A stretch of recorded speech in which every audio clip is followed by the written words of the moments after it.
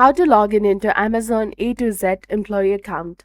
Hi everyone, welcome back to our channel. In this video presentation, we'll be discussing about logging into your Amazon A to Z employee account. So let's get started.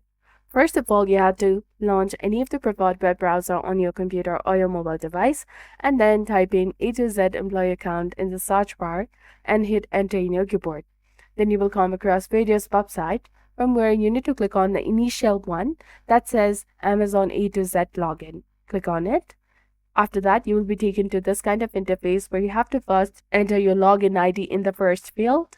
After you do that, click on login, that is highlighted in blue color. As soon as you click on it, a password section will appear where you also have to enter the correct form of your password in the second field.